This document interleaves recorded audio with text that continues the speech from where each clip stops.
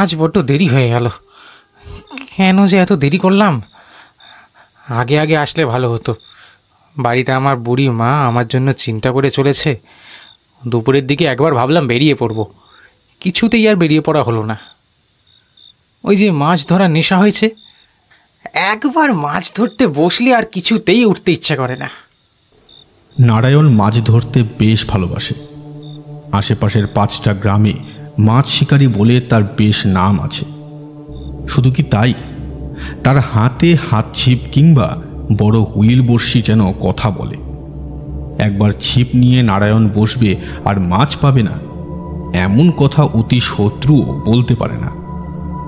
নারায়ণের একটা কথা সকলেই জানে, 2 গ্রাম পেরিয়ে নন্দীদের বড় পুকুরে একবার হুইল ছিপে প্রায় 3 হাত লম্বা একটা রুই মাছ ধরেছিল।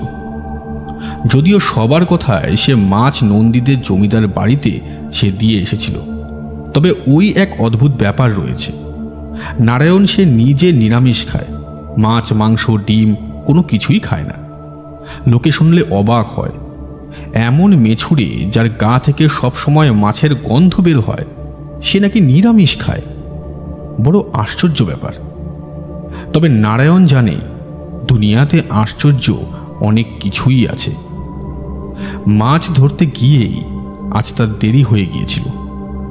বেশ বড় বড় কয়েকটা মাছ পেলেও আরেকটু বড় মাছ ধরতে চাইছিল নারায়ণ। তাতেই যখন বিকেল হয়ে এলো, তখন নারায়ণের সঙ্গে থাকা মুকুন্দ বলে উঠল, আজ না হয় উঠে যাই নারায়ণ দাদা, কাল না হয় আবার আসবো। তাছাড়া এদিকে আমরা 3 জন মাছ ধরবো বলে ঠিক করেছি, তো অসুবিধা হবে না।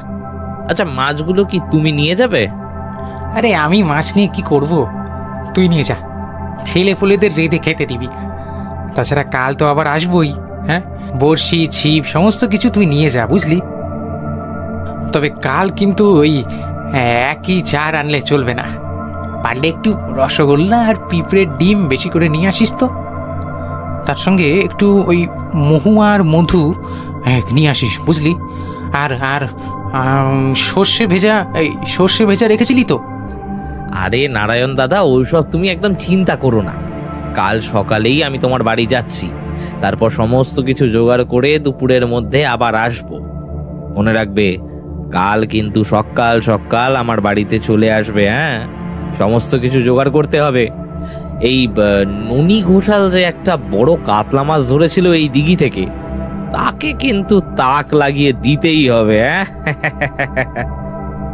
এই সবই ভেবে চলেছিল নারায়ণ। আর ভাবতে ভাবতেই একবার আকাশের দিকে তাকিয়ে দেখল, কালো মেঘে আকাশটা ঢাকতে শুরু করেছে। একটু পরে চাঁদের আলো আর দেখা যাবে না। বড় দিঘিটা কোনো রকমে পেরিয়ে যেতে পারলে তারপরে গ্রামের পথ পড়বে। হন হন করে হাঁটা যাকে বলে, নারায়ণ সেইভাবেই হাঁটছিল। তবুও দিঘির কাছে এসে পড়ার সঙ্গে সঙ্গে 2 ফোঁটা বৃষ্টি এসে তার গায়ে লাগলো। ঠিক তখনই সে দেখতে পেল, পথের ওপর চাঁদের অল্প আলোয় সেখানে কিছু একটা চকচক করছে। জিনিসটা মনে হয় লাফাচ্ছে। নারায়ণ থমকে দাঁড়ালো। ওটা কি বিড়াল নাকি অন্য কিছু?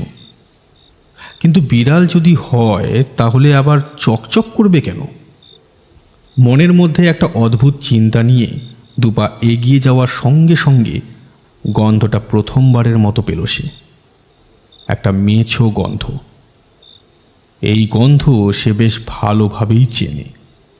জলের মাছ যখন উপরে উঠে আসে তখন এমন একটা গন্ধ বের হয়। তাছাড়া মুকুন্দের বাড়ি থেকে ভালো করে স্নান সেরে আসবে ভাবলেও সেটা করা হয়নি, তাই তার গায়েও মাছের গন্ধ রয়েছে। কিন্তু এই গন্ধটা যেন একটু অন্যরকম। এই বর্ষার সময় হলে না হয় ভাবতাম দিঘির জল ভরে আছে তাই মাছ পথের ওপর উঠে এসেছে, কিন্তু এখন তো তেমন হওয়ার কথা নয়। তাহলে সঙ্গে সঙ্গে নারায়ণের চোখের সামনে একটা ব্যাপার ঘটল। আসলে দিঘিটা পথের একদম ধার দিয়ে, বেশ খানিকটা নিচে। ওপর থেকে দিঘির জল প্রায় 2 মানুষ নিচে। সেখান থেকে একটা মাছ অদ্ভুতভাবে লাফিয়ে উঠে এলো পথের ওপরে। এরপর নারায়ণের চোখের সামনে একটা নয়, দুটো মাছ চাঁদের অল্প আলোয় পথের ওপর চকচক করছে। তারা মাঝে মাঝেই লাফাচ্ছে। তখনই হঠাৎ করে নারায়ণের চোখ চলে গেল দিঘির জলের দিকে। জলের মাঝে বাড়ির দিকে যেখানটা সামান্য আলোর মতো রয়েছে, সেইখানে কে একটা দাঁড়িয়ে আছে। একভাবে তাকিয়ে দেখছে নারায়ণের দিকে। নারায়ণের ততক্ষণে বুঝতে অসুবিধে হলো না আজ রাতে তার চোখের সামনে যা হচ্ছে তা মোটেই অতি সাধারণ কোনো ব্যাপার নয়। নারায়ণ সেখানেই দাঁড়িয়ে রইল। নারায়ণ বড় জাতের মাছুরে। অনেক রাতে এখানে ওখানে মাছ ধরতে যায় সে।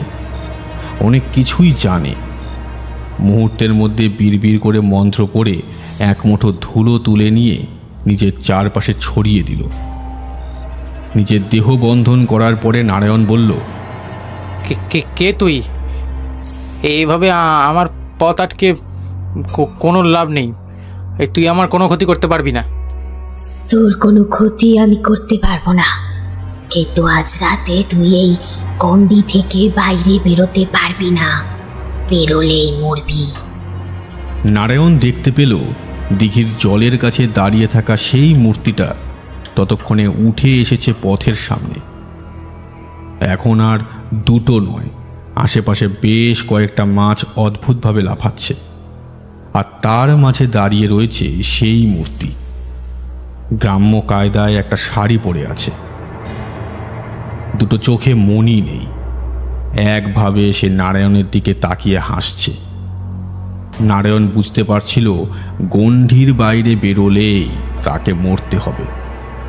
কিন্তু এই গণ্ডির মধ্যে কতক্ষণ দাঁড়িয়ে থাকা যায়?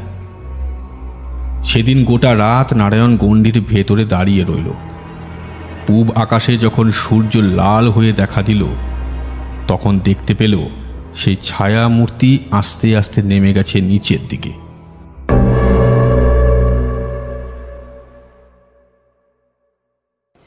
তোমরা জানো না, মাঝে মাঝে অতি সাধারণ মানুষের কাছেও সামান্য কিছু ক্ষমতা থাকে। এই ধরো দেহ বন্ধন কিংবা নিজের দেহ রক্ষার জন্য গণ্ডি তৈরি করা, আরও অনেক কিছুই থাকে। তাতেই মাঝে মাঝে চরম বিপদের সময় সে নিজেকে রক্ষা করতে পারে, কিন্তু সেক্ষেত্রেও তার ভয় থাকে। একবার যদি ওই শরীরে আত্মা ঢুকে যায়, তারপর কোনো মানুষের ক্ষতি করার চেষ্টা করে বিফল যদি হয় সে, তাহলে কিন্তু অনেক বছর পরে হলেও তার ঠিক ক্ষতি করেই ছাড়ে। কিন্তু অসুবিধা হলো, যদি মানুষ মরে না যায়, তাহলে সে অকারণে কেন তার ক্ষতি করতে যাবে? আর তাছাড়া মাঝে মাঝে শোনা যায় যে অমুক স্থানে কোনো মানুষকে ভূতে ধরেছে। তার কি কোনো নির্দিষ্ট কারণ থাকে? থাকে থাকে হে। অকারণে অশরীরী শক্তি কখনোই কারো সামান্য ক্ষতি করে না। নিশ্চয়ই তার পিছনে কোনো না কোনো কারণ অবশ্যই থাকে। প্রবল প্রতিহিংসা পরায়ণ কোনো অসুরের আত্মা যদি কোনো স্থানে থাকে, সেও অকারণে অচেনা অজানা মানুষের ক্ষতি করবে না, তার নিজের স্থানে যতক্ষণ না পর্যন্ত সেই মানুষটা গিয়ে পৌঁছচ্ছে। আমি জানি তোমরা এমন কথা বিশ্বাস করো না, কিন্তু কখনো কি শুনেছ কোনো অতৃপ্ত আত্মা কোনো গৃহের ভেতরে ঢুকে অকারণেই কারোর ঘাড়ে চেপেছে কিংবা কারোর কোনো ক্ষতি করেছে? যে স্থানে মানুষের কম পা পড়ে সেই স্থানেই এই সব থাকে হে। তার মানে আপনি বলতে চাইছেন তাদের নির্দিষ্ট স্থান আছে, আর যে স্থান ছাড়া তারা সহজে কারোর ক্ষতি করে না। কিন্তু বিশেষ বিশেষ সময়ে যদি কোনো অসুবিধা থাকে, তাহলে তন্ত্র মাধ্যমে কোথাও কি প্রেরণ করা হয়? সেই সব আলাদা কথা, তাতেও তো একটা কারণ থাকছেই। কোনো সাধক নির্দিষ্ট কারণে কোনো অসুবিধায় আত্মাকে বন্দি করে কারোর ওপর চালনা করছে। অকারণে এই দুনিয়ায় কোনো কিছুই হয় না, বুঝলে? একটা গাছের পাতা পর্যন্ত অকারণে নড়ে না, আর তাতেই অশরীরী আত্মা মানুষের ক্ষতি করতে আসবে তাদের জগৎ ছেড়ে। আমাদের জগতের সঙ্গে সমান্তরালে হলেও সেই জগৎ থেকে এই জগতে আসতে তাদের অনেকই কষ্ট করতে হয়, সে কথা তোমরা বুঝবে না হে। তাহলে আমরা যেটা বুঝবো সেটাই বলুন। এই যে এমন কোনো একটা গল্প বলুন যাতে এমন কিছু থাকে যার মাধ্যমে আমরা বুঝতে পারবো যে আসলে আপনি কি বলতে চাইছেন। এই তথ্য কথা শোনার চেয়ে গল্প শোনা ঢের ভালো, তাই না? সত্যি তোমাদের ধৈর্য দিনে দিনে আরো কমে আসছে।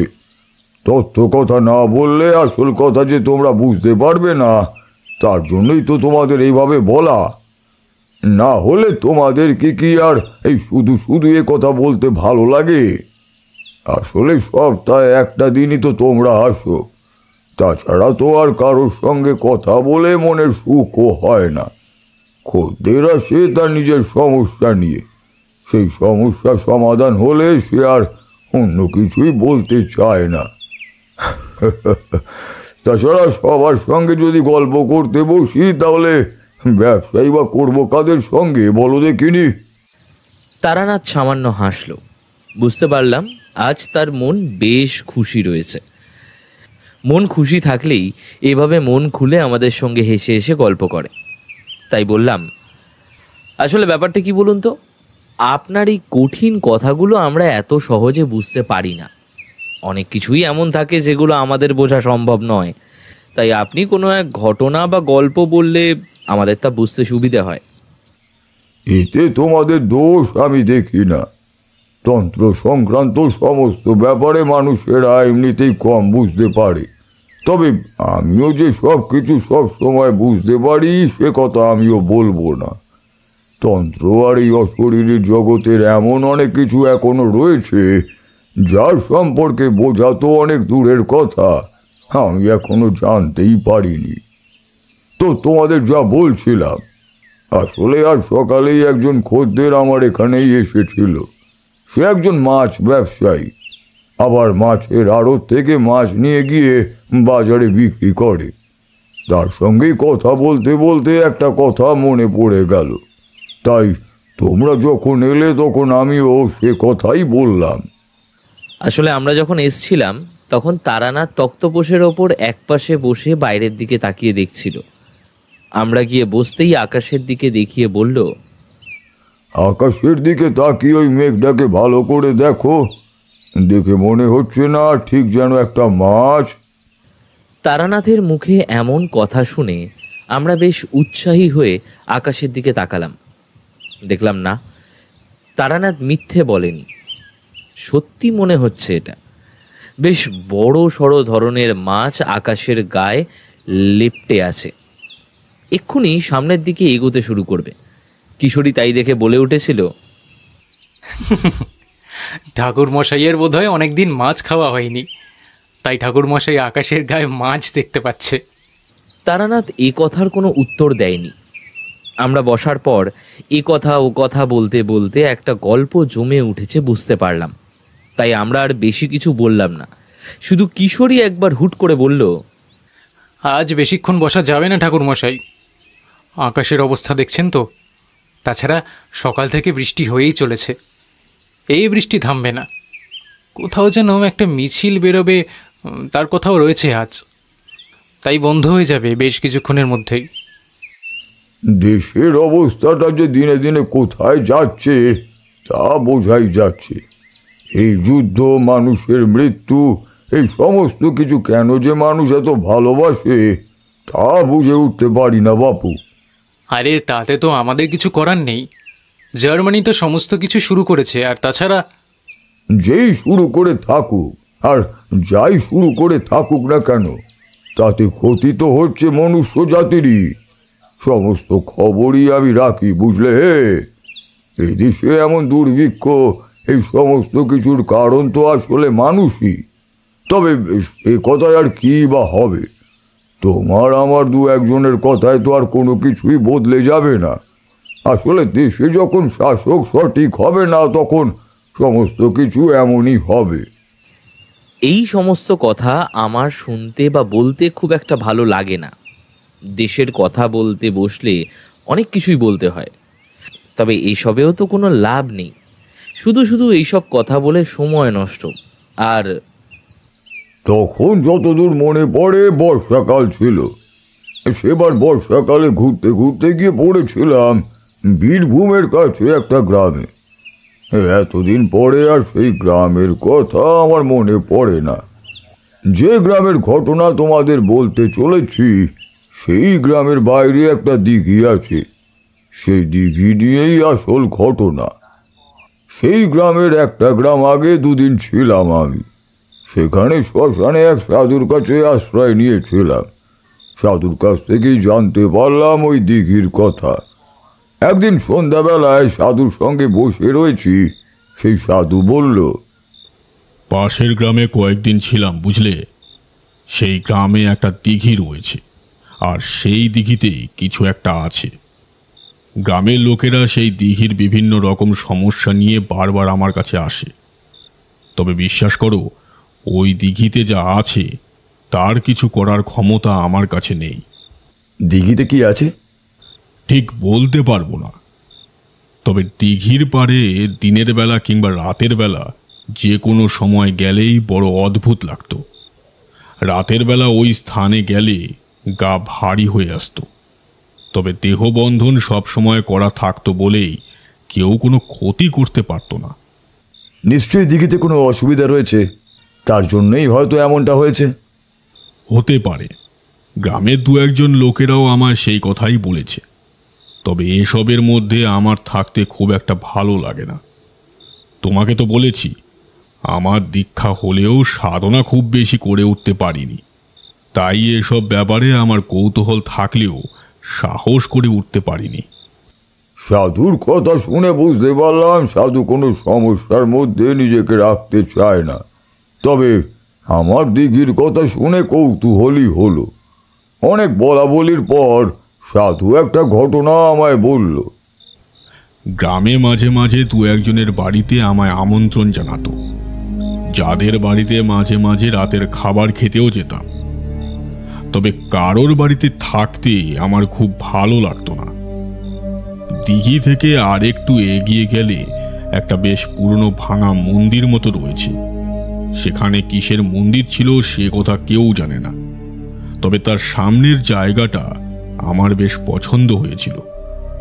সেখানে সারাদিন থাকতাম, সন্ধ্যের পর ধুনি জ্বালিয়ে বসতাম।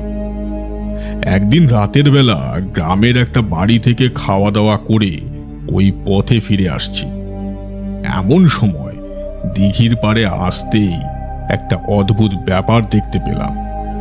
ঝড়ের মধ্যে এক জায়গায় যেন কিছু খুব গভীরভাবে লাফাচ্ছে। চাঁদের আলো সেদিন আকাশে সামান্য ছিল। সেই সামান্য চাঁদের আলোয় জলের দিকে তাকাতেই মনে হলো কোনো মাছ জলের মধ্যে অদ্ভুতভাবে ঝাপটাঝাপটি করছে। কৌতূহল হতেই সেই জলের দিকে তাকালাম।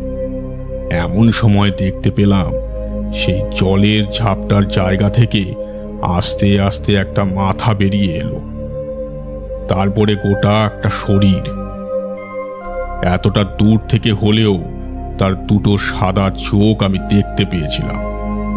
তারপরে সে অদ্ভুতভাবে হেসে আমাকে বলল, কিরে, কোথায় চলেছিস? জলের কাছে আয়, মাছ নিবি না? তারপর সামনের দিকে তাকাতেই দেখতে পেলাম জলের ওপর দুটো হাত উঠে এসেছে, আর সেই হাতে ধরা দুটো মাছ। জলের ওপর সেই মাছ দুটো ছটপট করে চলেছে। চারপাশটা একটা অদ্ভুত মেছো গন্ধে ভেসে গেছে। দেহবন্ধন আমার করাই ছিল। আমি তবুও যত তাড়াতাড়ি সম্ভব দিঘির পাড় থেকে হাঁটতে হাঁটতে আমার আস্তানার দিকে এগোতে লাগলাম। পেছন থেকে সে আবারও বলল, আমার কাছে আয়, জলের নিচে আয়, দেখবি কত মাছ আছে এখানে। তোকে অনেক মাছ দেব। আয় আয় আয় আয়, আমার কাছে আয়।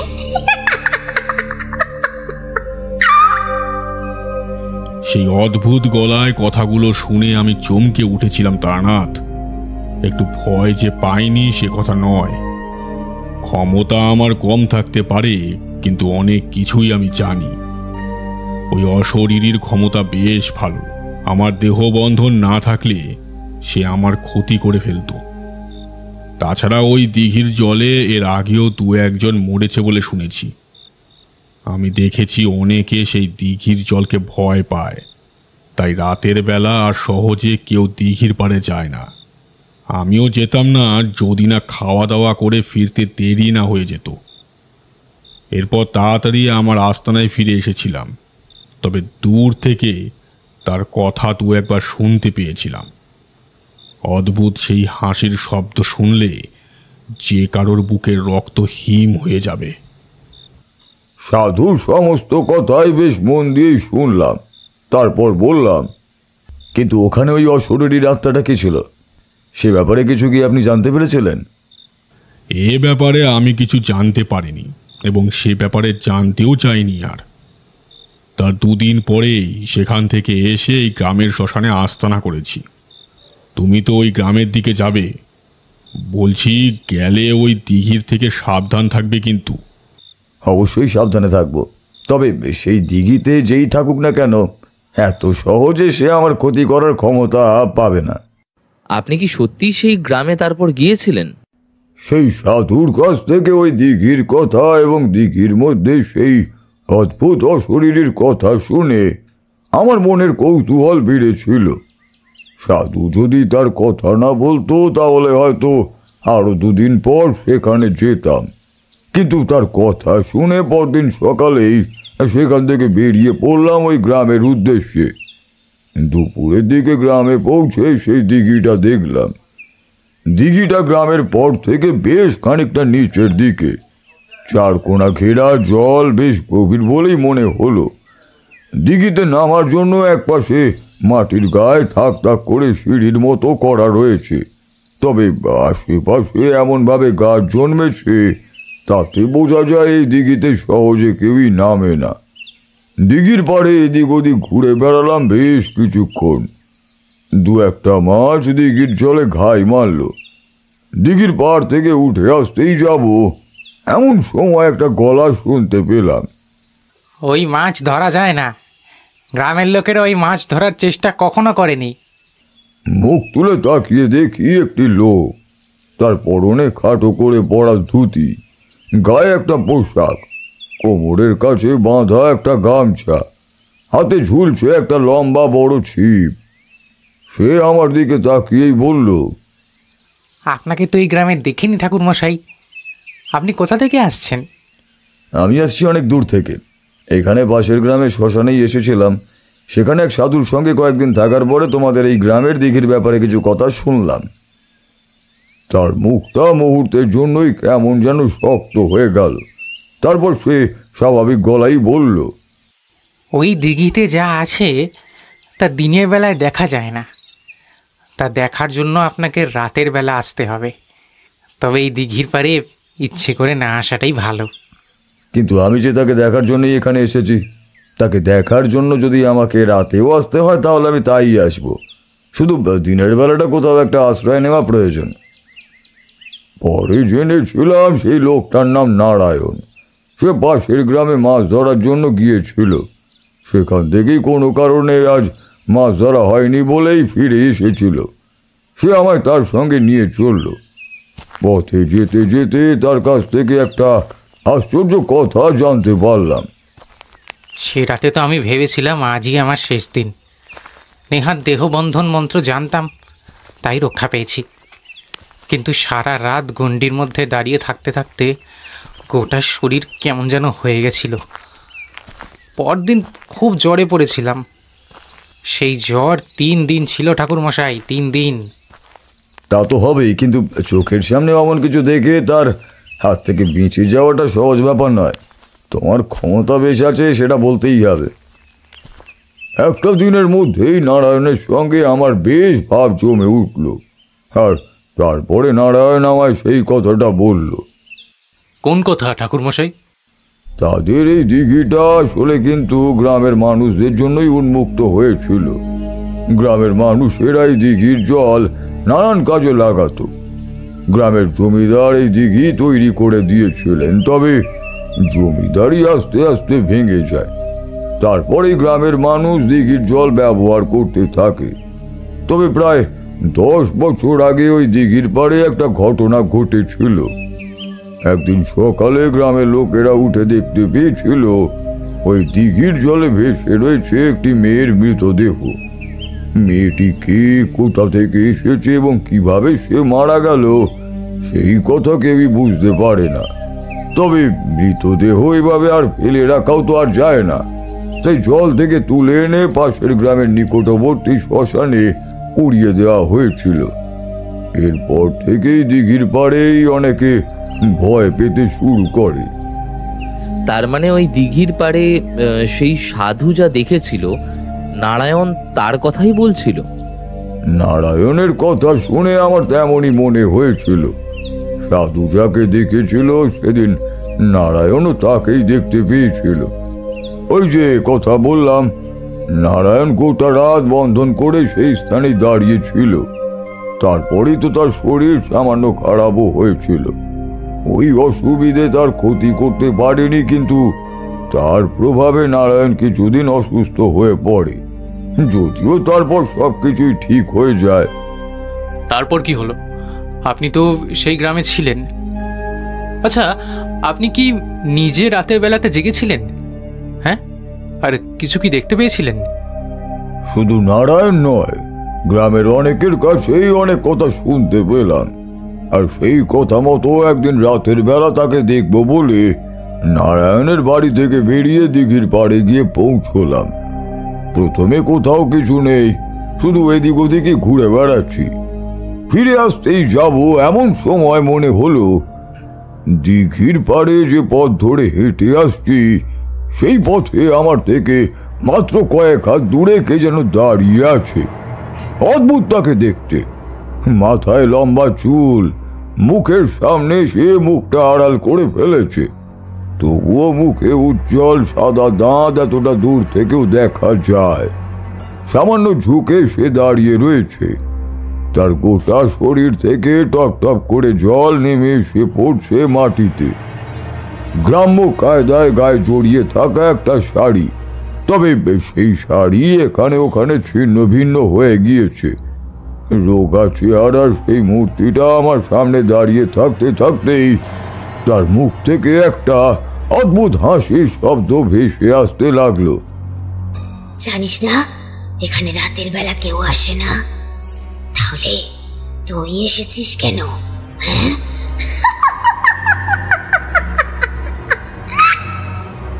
সঙ্গে সঙ্গে তার মুখের সামনের চুলগুলো একপাশে উড়ে গেল, আর আমি তাকে দেখলাম সেই মণিহীন সাদা চোখ, অদ্ভুতভাবে তার মুখটা হাঁ করা। আর তার সঙ্গে আরো একটা ব্যাপার দেখতে পেলাম, যেটা এতক্ষণে দেখতে পাইনি। কচমচ করে সে কিছু একটা খেয়ে চলেছিল। এবার বুঝতে পারলাম সেটা একটা আস্ত কাঁচা মাছ। মাছের আস্তে গন্ধে চারপাশটা ভরে উঠতে লাগলো, আর তারপর সে মুখ থেকে কি যেন একটা মাটিতে ফেললো। দেখতে পেলাম একটা মাছের খানিকটা চেবানো মাথা। জ্যান্ত একটা কাঁচা মাছের মাথা এভাবে দেখে কেমন যেন একটু অস্বস্তি হলো। আমি বলে উঠলাম, কে তুমি, আর এখানেই বা কেন আশ্রয় নিয়েছো? গ্রামের লোকেদের কেনই বা ভয় দেখাচ্ছ তুমি? আমি গ্রামের লোকেদের শুধু ভয় দেখাচ্ছি না, রাতের বেলা এখানে যারা আসবে আমি তাদের সবাইকে মেরে ফেলব। কিন্তু কেন? ওরা তো তোমার কোনো ক্ষতি করেনি। তোমার মৃত্যু কিভাবে হয়েছে সে কথাও তো ওরা জানে না। তাহলে এবার সে হেসে উঠল অদ্ভুত ভাবে। হাসতে হাসতে সে আমার দিকে এক পা করে এগিয়ে আসতে লাগলো। আমিও পেছচ্ছিলাম খানিকটা, কারণ আর যাই হোক না কেন দিঘির একদম পথের পাশেই আমি দাঁড়িয়ে রয়েছি। কোনোভাবে যদি দিঘির জলে গিয়ে পড়ি তাতে অন্য বিপদও হতে পারে। দিঘির পাড় থেকে এক পাশে এসে আমি থমকে দাঁড়িয়েই বললাম, আমায় ভয় দেখিয়ে কিছুই করতে পারবে না। তার চেয়ে বলো তোমায় কে মেরেছে? এই দিঘিতেই বা তুমি রয়েছো কেন? আমার কথা শেষ হওয়ার সঙ্গে সঙ্গেই সেই ছায়া মূর্তি পিছনের দিকে ঘুরে তাকালো। তারপরই চোখের সামনে কোথায় যেন সে হাওয়ায় মিলিয়েও গেল। আমি অবাক হয়ে গেলাম এমন একটা ঘটনা দেখে। আর তখনই একটা পায়ের শব্দ শুনতে পেলাম। তারপর একটা চেনা গলায় কেউ বলে উঠল, ঠাকুরমশাই, ঠাকুরমশাই, আপনি আপনি কি এসেছেন? স্পষ্টই শুনতে পেলাম নারায়ণের গলা। চমকে উঠলাম। এই এত রাতে নারায়ণ দিঘির পাড়ে কি করছে? ও নিজেই তো বলেছে রাতের বেলায় দিঘির পাড় ভালো নয়, তাহলে সে কেনই বা এলো এখানে? আমি এখানেই আছি, কিন্তু এত রাতে তুমি এখানে এলে কেন? তুমি তো জানো এই দিঘির পাড় মোটেই ভালো নয়। তাহলে?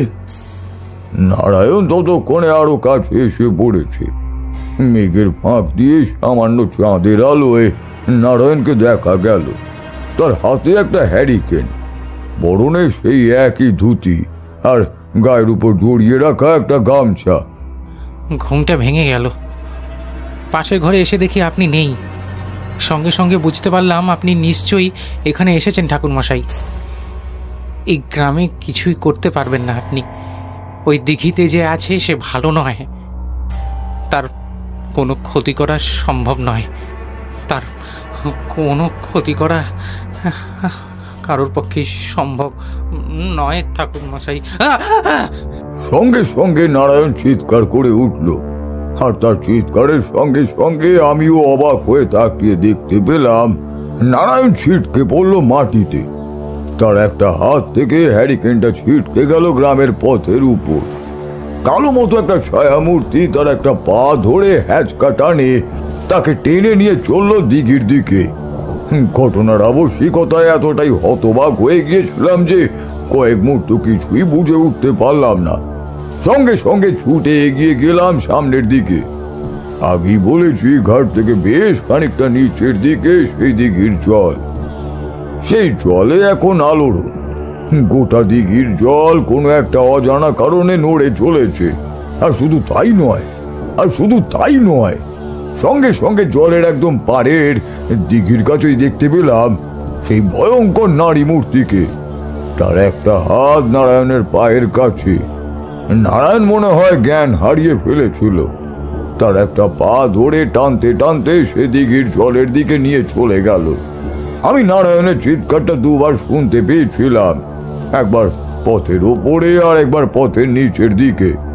তারপরে দেখি জলের মধ্যে সেই মূর্তি নারায়ণকে একটা পা ধরে টেনে আস্তে আস্তে নিয়ে চলেছে। আমি চিৎকার করে বলে উঠলাম, দাঁড়াও, দাঁড়াও বলছি। ওকে তুমি এভাবে নিয়ে যেতে পারো না। কেন ওর এত বড় ক্ষতি করতে চাইছো তুমি? আবার সেই হাসির শব্দ আমি শুনতে পেলাম। তারই সঙ্গে সঙ্গে সে ভয়ঙ্কর মুখে আমার দিকে তাকালো। তার চোখের দৃষ্টি যেন আরো বেশি ভয়ঙ্কর মনে হতে লাগলো। তার দুটো চোখ আগের চেয়েও বেশি বড়, আরো বেশি সাদা ও ঘোলাটে। বলেছি না এই গ্রামের লোকেদের কাউকে ছাড়বো না। আগের দিনও আমার হাত থেকে বেঁচে গিয়েছিল। ভেবেছিল একবার যখন বেঁচে গিয়েছে তখন আর কিছুই করব না। আমিও অপেক্ষায় ছিলাম কখন আমি ওকে ধরবো। এই কারণেই আপনি বলেছিলেন যে অশরীরী মাঝে মাঝে অপেক্ষা করতে পারে অনেক দিন পর্যন্ত, কিন্তু সে তো খুব বেশি দিন অপেক্ষা করেনি। সে খুব বেশি দিন অপেক্ষা করেনি, কারণ অমন অবস্থায় সে নারায়ণকে খুব তাড়াতাড়ি পেয়ে গিয়েছিল। যদি আরো দেরি হতো তাহলে সে আরো দেরি পর্যন্তই অপেক্ষা করতো নারায়ণের জন্য। সে কথার আমি নিজেও সাক্ষী। তখন আমার নারায়ণকে বাঁচাতেই হবে। নারায়ণের শরীরের অর্ধেকটা জলের মধ্যে ডুবে গেছে। সেই ভয়ঙ্কর মূর্তির গোটা শরীরের অর্ধেকটা জলের মধ্যেও নেমে গেছে। তখনই বোধ হয় নারায়ণের আবার জ্ঞান ফিরে এসেছিল। সে ধরপড় করে উঠল জলের মাঝেই আর চিৎকার করে বলল, ঠাকুরমশাই, ঠাকুরমশাই, আমারে বাঁচান। শয়তান, ভিক্ষায় দায় পেয়ে আমাকে এখানে টেনে এনেছিস। যদি আমি ঠিকঠাক থাকতাম তোর ক্ষমতা হতো না আমাকে এখানে টেনে আনার। ছাড়, ছাড় বলছি। নারায়ণ জলের মধ্যে ছটপট করতে লাগলো, কিন্তু তার হাত ছাড়িয়ে বেরিয়ে আসতে পারল না। সে একটু একটু করে নারায়ণকে টানতে লাগলো জলের দিকে। চাঁদের আলোয় সে ভয়ঙ্কর দৃশ্যটা আমি দেখেছিলাম, তা এখনো মনে আছে। নারায়ণের প্রায় কোমর পর্যন্ত জলের নিচেই চলে গেছে। তাকে চিৎকার করতে দেখে আমিও কেমন যেন সম্বিত ফিরে পেলাম। তাড়াতাড়ি সেই ঢালু মাটির পথের দিঘির নিচের দিকেই নেমে গেলাম। তারপর জলের কাছে দাঁড়িয়েই বললাম, তুমি যেই হও না কেন, নারায়ণকে ছেড়ে দাও বলছি। তোমায় এখানে যারা হত্যা করেছে তারা তো আর এই গ্রামের মানুষ নয়। তাহলে কেন এই গ্রামের মানুষকে তুমি মারছো? কিসের হিংসা তোমায় এত ভয়ঙ্কর করে তুলেছে যে তুমি সবাইকে হত্যা করতে চাইছো? আমার কথায় কাজ হলো। জলের মধ্যে সে থেমে গেল। তারপরে নারায়ণের কথা আমি শুনতে পেলাম আবার। ঠাকুরমশাই, আপনি সামান্য ভুল করছেন। এ আমাদের গ্রামের কেউ নয়। আমাদের গ্রামের কেউ হলে তাকে আমাদের গ্রামের লোকেরা মারবে। আমাকে এই গ্রামের লোকেরাই মেরেছে। এই গ্রামের দুজন আমায় হত্যা করেছে। আমার কাছে বেশ কিছু সোনার গয়না ছিল, সেটা নিয়ে আমি আমাদের গ্রামে যাচ্ছিলাম। আমার সঙ্গে আমার মা ছিল। মায়ের শরীর অসুস্থ ছিল, তাই মা পথ চলতে পারছিল না। লোক দুটো আমাদের বাড়িতে নিয়ে আসার নাম করে আমাদের সঙ্গে পথ চলতে থাকলো। তারপর একটা সময় আমার মুখ চেপে ধরে আমাকে টেনে আনলো। তখন গভীর রাত, সেদিনও খুব বৃষ্টি পড়ছে। বৃষ্টির মধ্যে আমি ঠিকঠাক কিছুই বুঝতে পারছিলাম না। বারবার বলতে লাগলাম গয়না নিয়ে নেওয়ার কথা, কিন্তু কেউ আমার কথা শুনল না। জলের মধ্যে দুজন মিলে আমার মাথাটা চেপে ধরল। একটু বাতাসের জন্য আমি ছটফট করছিলাম। আমার পা ওই দিঘির কাদার মধ্যে ঢুকে যাচ্ছিল, কিন্তু ওরা আমায় ছাড়ল না। তারপর শক্ত পাথরে বেঁধে আমায় ফেলে দিল ওই দিঘির মধ্যে। পাথরের সঙ্গে জলের তলায় গিয়ে পড়লাম আমি। ততক্ষণে নারায়ণ প্রায় ছটফটানি বন্ধ করেছে। ওই মুহূর্তে সেই অশরীরই ছেড়ে দিল তাকে। নারায়ণ জলের মধ্যে থেকে উঠে পাড়ের কাছে বসে হাঁপাতে লাগলো। আমি বললাম, আর তোমার মায়ের কি হলো? যখন চোখ খুলে দেখলাম, তখন আমি জলের মধ্যে ভেসে রয়েছি। গোটা শরীরটা কেমন যেন হালকা মনে হচ্ছে। কি মনে হতে নদীর পাড়ের দিকে যাওয়ার চেষ্টা করতেই দেখলাম আমি দিঘির পাড়ের কাছেই দাঁড়িয়ে আছি, আর আমার শরীরটা পড়ে রয়েছে দিঘির জলের মধ্যে। তারপর এই গ্রামের পথ ধরে আমাদের পাশের গ্রামে যাওয়ার পথে একটা জঙ্গলের মাঝে পড়ে থাকতে দেখলাম আমার মায়ের মৃতদেহ। মাকে গলা টিপে হত্যা করে ওরা ওই জঙ্গলের মাঝে ফেলে রেখেছিল। তখন স্থির করলাম, যারা আমাদের এত বড় ক্ষতি করেছে তাদেরকে আমি ছাড়বো না। এইখানেই অপেক্ষা করতে লাগলাম দিঘির জলে। আমার মৃতদেহটা উঠে এলো এক সময়। দেখলাম গ্রামের লোকেদের ভিড়ের মাঝে তারা দুজনও রয়েছে যারা আমায় মেরেছিল। তারপর একদিন রাতে তাদের একজনকে পেয়ে গেলাম, আর তাদেরকে এখানে এই দিঘির জলে ডুবিয়ে মারলাম। কিন্তু দুজনকে মারার পরে কেমন যেন আমার মনে হলো যে সমস্ত মানুষকে আমায় মারতে হবে। এই দিঘির পাড়ে রাতের বেলা যে আসবে তাকেই আমায় মারতে হবে। তোমার প্রতিশোধ তুমি নিয়েছো, কিন্তু তারপরে তুমি যাদের হত্যা করেছো তারা তো তোমার কোনো ক্ষতি করেনি। ওই শয়তান দুজনকে মারার পর আরো একজনকে মেরেছি। তারপর থেকে মানুষকে মারার তৃষ্ণা যেন আরো বেড়ে গেছে। তাই একেও সেদিন রাতে মারতে চেয়েছিলাম, কিন্তু সেদিন ও বেঁচে গিয়েছিল। এক সাধুকেও মারতে চেয়েছিলাম, কিন্তু সেই সাধু এখান থেকে বেঁচে চলে গেছে। জলের মধ্যে আবার সেই ঝাপটার শব্দ শোনা যেতে লাগলো। জলের মধ্যে আবার আলোড়ন তুলেছে। আবার সে চিৎকার করতে লাগলো কর্কশ স্বরে। আমাদের চোখের সামনে তার শরীরটা দেখতে দেখতে লম্বা হয়ে উঠল বেশ খানিকটা। বিবস্ত্র সেই উজ্জ্বল দুটো বড় বড় চোখ এখন আরো বড় হয়ে এসেছে। সে হাঁক করতেই তার মুখের ভেতর থেকে কি যেন বেরিয়ে এলো বাইরে। চারপাশে দিঘির জলে মাছের দল লাফাতে শুরু করেছে। বৃষ্টির ফোঁটার মতো মাছগুলোও লাফাচ্ছে। আমরা অবাক হয়ে তাকিয়ে রইলাম সেদিকেই। তার মানে তুমি মুক্তি পাওনি। মুক্তি পেলেই সমস্ত কিছু ঠিক হয়ে যাবে। তুমি কি মুক্তি চাও না? আমি মুক্তি চাই। ওরা আমার মৃতদেহ শ্মশানে পুড়িয়ে দিয়েছিল, কিন্তু এই দিঘির জলে আমার পায়ের একটা রূপোর নুপুর এখনো পড়ে আছে। সেই কারণে আমি এখনো মুক্তি পাইনি। ওই রূপোর নুপুর আমায় এখানে টেনে এনেছে। ওরা দুজন সমস্ত কিছু কেড়ে নিয়েছিল, কিন্তু আমার পায়ের নুপুরের কথা ওরা ভুলে গিয়েছিল। ওই নুপুরের জন্যই কি সে সেখানে আটকে ছিল, নাকি তার প্রতিশোধ তাকে সেখানে আটকে রেখেছিল? দুটোই। প্রথমত, মৃতদেহ যার, তার কোনো সামান্য বস্তু যদি থেকে যায় তাহলে তার টানে মৃতদেহ বারবার ফিরে আসতে পারে। আর তারপর তাকে এখানে আটকে রেখেছিল প্রতিশোধ নেওয়ার পরই তার মনে হয়েছিল গ্রামের সমস্ত লোকই তার শত্রু, আর তাই তাদের সবাইকে মারার জন্যই সে এখানে থেকে যায়। বুঝতে পারছিলাম সেই নুপুরটা আগুনে পুড়িয়ে ফেলতে হবে। নুপুর আগুনে পোড়ে না, কিন্তু তাকে আগুনে পুড়ে অন্তত শুদ্ধ করতে হবে, তাহলেই হয়তো বিপদ কেটে যাবে। কিন্তু এত বড় দিঘির জলের মধ্যে সামান্য নুপুরই বা কোথায় খুঁজে পাবো? তাই আমি বললাম, এত বড় দিঘির জলে সেই নুপুর খুঁজে পাওয়া তো সহজ ব্যাপার নয়। তুমি যদি আমাদের সেই নুপুর খুঁজে দাও। সেই ভয়ঙ্কর মূর্তিটা আবার যেন কি একটা করলো জলের মধ্যে, আরো উত্তাল হয়ে উঠল জল। তারপর কি একটা জিনিস এসে ছিটকে পড়ল নারায়ণের পায়ের কাছে। বুঝতে পারলাম সেটা একটা নুপুর। এবার নারায়ণ বলল, এই কারণেই কি তুমি সেদিন রাতে আমায় মারোনি, আমায় ভয় দেখিয়েছিলে? সেদিন রাতে আমি বুঝতে পেরেছিলাম আমার বন্ধন ক্রমশ কমে আসছে। শেষ রাত্রের দিকে চাইলেই তুমি আমায় মারতে পারতে, কিন্তু তুমি কি আমায় মারতে চাওনি? মূর্তি অদ্ভুতভাবে হেসে উঠল। তারপর শান্ত অথচ অদ্ভুত গলায় সে বলল,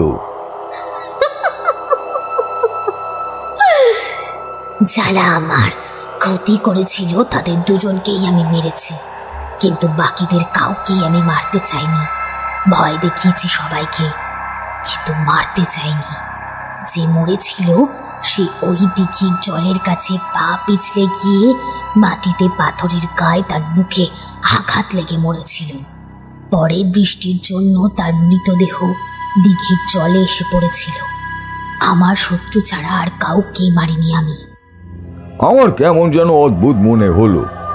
এই অশরীরই বলছে ও কাউকে মারেনি, কিন্তু সেই সাধুও তো তেমন কিছুই বলেনি। সে বলেছে সেই সাধুকে সে ভয় দেখিয়েছিল, তারপর সেই সাধু এখান থেকে চলে যায়। তাহলে সামনে তাকিয়ে দেখি জলের মধ্যে সেই ভয়ঙ্কর মূর্তি ততক্ষণে শান্ত হয়েও এসেছে। জলের থেকে মাত্র এক হাত উপরে শূন্যে ভেসে রয়েছে সেই মূর্তিটা। এখন তার চোখের ভাব আগের মতো আর নেই। এখন তার চোখের ভাব যেন বেশ শান্ত। বছর 15-16 একটি মেয়েকে দেখতে পেলাম। তার শাড়ির আঁচল হাওয়ায় সামান্য উঠছে। এবার সে অদ্ভুতভাবে মানুষের গলাতেই বলে উঠল, তোমরা ওটা আগুনে শুদ্ধ করলেই আমি এখান থেকে মুক্তি পেয়ে যাব। আমার প্রতিশোধ অনেক আগেই সম্পন্ন হয়ে গেছে, কিন্তু একটা কথা, দিঘির জল আর মানুষের ব্যবহারের জন্য নেই। প্রয়োজন হলে এই দিঘির জল সম্পূর্ণ শুকিয়ে ফেলতে হবে।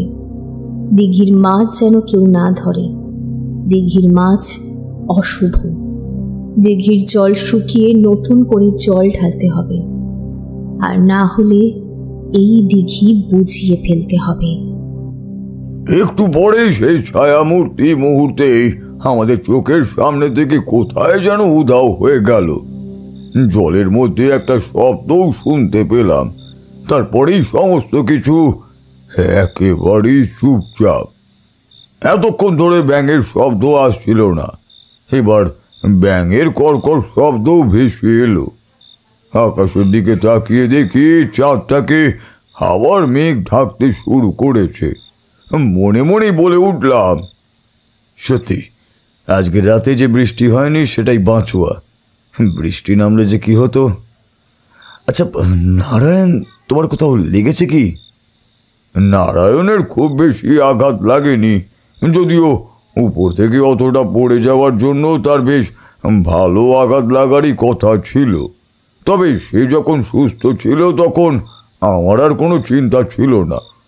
তাড়াতাড়ি নারায়ণকে নিয়ে সেদিন রাতেই তার বাড়িতে ফিরে গেলাম। নারায়ণ বড়ই ক্লান্ত ছিল। তাকে ঘুমোতে বলে বাকি গোটা রাতটা তার মাথার কাছে বসে জেগেই কাটিয়ে দিলাম। পরদিন সকালে ঘুম ভেঙে সামান্য সুস্থ হয়ে নারায়ণ বলল, ঠাকুরমশাই, কাল রাতে যা হয়েছিল তার সব কথা তো আমি এখনো বিশ্বাস করতে পারছি না। এখনো যেন মনে হচ্ছে সবটাই স্বপ্ন দেখেছিলাম। আপনি না থাকলে তাকে এভাবে আটকানো যেত না ঠাকুরমশাই। আমি কিছুই করিনি, সব কিছুই দেবীর আশীর্বাদেই হয়েছে। তোমাদের গ্রামে যে বিপদ হয়েছিল সেই বিপদও কেটে গেছে। তবে আমার মনে হয় ওই দিঘির জল পুরোপুরি বের করে ফেলা সহজ ব্যাপার নয়। তাই তোমরা একটা কাজ করতে পারো, ওই দিঘিটাকে প্রথমে বুঝিয়ে ফেলতে পারো। না হলে বাইরে থেকে দিঘিতে জল ঢালতে গেলে আগের জল তো থেকেই যাবে, আর তাতে বিপদও হতে পারে। আমি সেটাই ভাবছিলাম, ওই দিঘিটা বুঝিয়ে ফেলতে হবে। তাছাড়া ওই দিঘি আমাদের কাজে খুব একটা লাগেও না। আচ্ছা, আপনি আপনি কয়েকদিন থাকবেন তো ঠাকুরমশাই? আমার কাজ তো হয়ে গেছে, এখানে আমি আর থেকেই বা কী করবো বলো তো? তার চেয়ে বরং গ্রামের লোকেরা কি করবে তার ব্যবস্থা করো, তারপরে আমি এখান থেকেই চলে যাব। সেদিন দুপুরের দিকে নারায়ণকে সঙ্গে নিয়ে গ্রামের সকলের সঙ্গে কথাবার্তা বললাম, বেশ কিছু বয়স্ক এবং যুবকের সাথেও। গ্রামের লোকেরা এক হয়ে দিঘিটা বুঝিয়ে ফেলার পরিকল্পনা করলো। পরদিন সকালে দেখি বুঝিয়ে ফেলার কাজও শুরু হয়েছে। সেদিন সকালের দিকে আমি আর নারায়ণ দিঘির কাছে গিয়ে দাঁড়িয়েছিলাম বেশ কিছুক্ষণ। বুঝিয়ে ফেলার কাজ মোটামুটি হতেই আমি ওই গ্রাম ছেড়ে চলে এলাম। তারপর সেখান থেকে কোথায় গেলেন? সেখান থেকে সোজা গিয়ে পৌঁছলাম পাশের গ্রামে সেই শ্মশানের সাধুর কাছে। তার কাছে গিয়ে সমস্ত কথা খুলে বলতে সাধু একটু অবাক হয়েই বলল, সত্যি বলছো? তাহলে ওই দিঘিতে যে ছিল তাকে তুমি তাড়িয়ে দিতে পেরেছো? সত্যি তোমার ক্ষমতা তাহলে অনেক। যাকে দেখে আমি নিজে ভয় পেয়েছিলাম তাকে তুমি তাড়াতে পেরেছো। সে নিজেই সমস্ত কিছু বুঝতে পেরেছিল, তাই সে মুক্তি চাইছিল বলে আমি তার মুক্তির ব্যবস্থা করেছি মাত্র। কিন্তু এই শ্মশানে আপনি আর কতদিন থাকবেন সাধুজি? শ্মশানে আমি বেশি দিন থাকবো না, তোমার জন্যই অপেক্ষা করছিলাম। কেন যেন মনে হচ্ছিল তুমি এখানে ফিরবে। চলো তারানাথ, আমার সঙ্গে উত্তরের দিকে চলো। সেখানে গিয়ে কিছুদিন থেকো, তারপর তোমার যদি অন্য কোথাও যাওয়ার ইচ্ছে হয় তাহলে যেও। আসলে তোমার সাথে আমি কিছুটা সময় কাটাতে চাইছি। আমারও তার সাথে সময় কাটতে খুব একটা খারাপ লাগেনি, তাই সাধুর কথায় রাজি হয়েই গেলাম। তারপর সেই রাতটা সেই শ্মশানে কাটিয়ে পরদিন সকাল সকালই আমরা বেরিয়ে পড়লাম।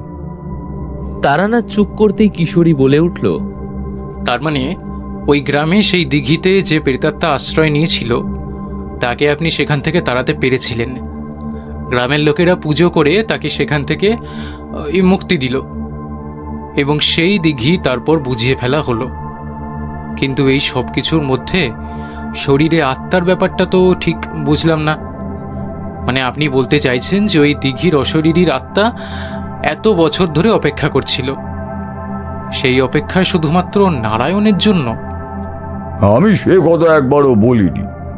অপেক্ষা সে করছিল কোনো একটা কারণে। আমি সেই কারণটার কথা জানতেও চেয়েছি। ওই দিঘির কাছে মরেছিল ওই মেয়েটি, সেই কারণেই সে দিঘির জল থেকে গ্রামের মানুষকে ভয় দেখায়। আমাকে শুধু একটা কথা বলুন, সত্যি সত্যি কি ওই মেয়েটি মুক্তি পেয়েছিল? তার ব্যাপারে কোনো খোঁজ আপনি পাননি? বেরিয়ে পড়ার আগে একবার পাশের গ্রামে গিয়ে খোঁজও নিয়েছিলাম। জানতে পেরেছিলাম বেশ কিছু বছর আগে সেই গ্রামের একটি মার মেয়ের মধ্যে মায়ের মৃতদেহ পাওয়া যায় ওই পথের পাশে জঙ্গলের মধ্যে। তবে মেয়েটির কোনো খোঁজ পাওয়া যায় না। তাহলে এটা সত্যি যে ওই অশরীরী যা যা বলেছিল তা হয়তো সত্যি। আর তাহলে এটাও ধরে নিতে হবে যে যারা মৃতদেহ গ্রামের মধ্যে পুড়িয়ে দিয়েছিল তাদের মধ্যে সেই দুজনও ছিল নিশ্চয়ই। তারা এমন কিছু বলেছিল যাতে তাড়াতাড়ি মৃতদেহ পুড়িয়ে দেওয়া হয়। তাহলে আর কোনো ভয়ই থাকলো না। আর এইসব কথা যদি সত্যি হয় তাহলে এটাও ধরে নিতে হবে যে সেই অশরীরী আত্মা আমাকে তার মুক্তির জন্য যা যা বলেছিল সেগুলো সবই সত্যি বলেছিল। তাই এই ব্যাপারে আমি নিশ্চিত যে তার মুক্তি নিশ্চয়ই হয়েছিল। আমরা উঠে পড়েছিলাম। বাইরে বেরিয়ে এসে কিশোরী বলল, ঠাকুরমশাই এত কিছু বলল, তবে আমার কিন্তু কিছু ঠিকভাবে বিশ্বাস হলো না। যেন মনে হলো অকারণে মাঝে মাঝে অবিশ্বাস করাটাও ঠিক নয়। তবু কি করব বলো? কিছুই করতে হবে না, এখন চলো, আমাদের ট্রাম ধরতে হবে, না হলে এতটা পথ আমাদের বাড়ি হেঁটে যেতে হবে। তখনই ট্রামের ঘন্টার শব্দ শোনা গেল। আমরা ছুটতে ছুটতে এগিয়ে গেলাম সামনের দিকে।